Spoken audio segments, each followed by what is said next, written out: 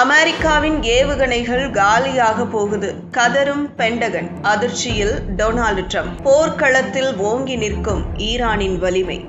Iran போரில் சிறப்பாக செயல்பட்டு வருவதாக டிரம்ப் மார்த்தட்டி வரும் நிலையில் அமெரிக்க இராணுவ தலைமையகமான பென்டகன் அவருக்கு முக்கிய வார்னிங் ஒன்றை கொடுத்துள்ளதாக தகவல் வெளியாகியுள்ளது. ஈரானுக்கு எதிரான போரில் அமெரிக்க இராணுவம் சிறப்பாக செயல்பட்டு வருவதாகவும் ஒரு வாரத்தில் போர் முடிந்துவிடும் என்று முன்பு கூறியிருந்தார்.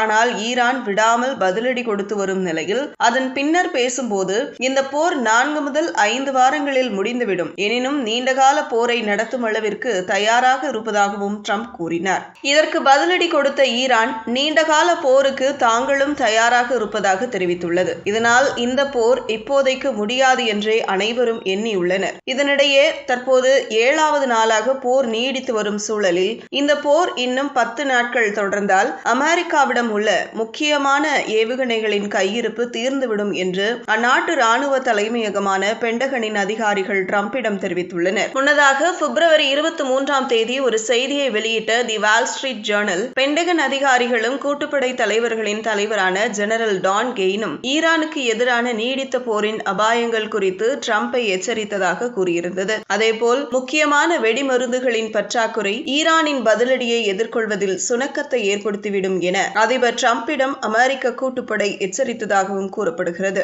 இந்த நிலையில்தான் தற்போது பென்டகனின் ஆயுத பற்றாக்குறை பற்றிய எச்சரிக்கை செய்தி வெளியாகியுள்ளது. இதனால் டிரம்ப் இந்த போரை தொடர்ந்து நடத்த முடியாமல் போகலாம் எனவும் அப்போது ஈரானின் கை போர்க்களத்தில் ஓங்கி நிற்கும் என்பதே பென்டகன் எச்சரிக்கை மூலம் புரிந்து கொள்ள முடிகிறது.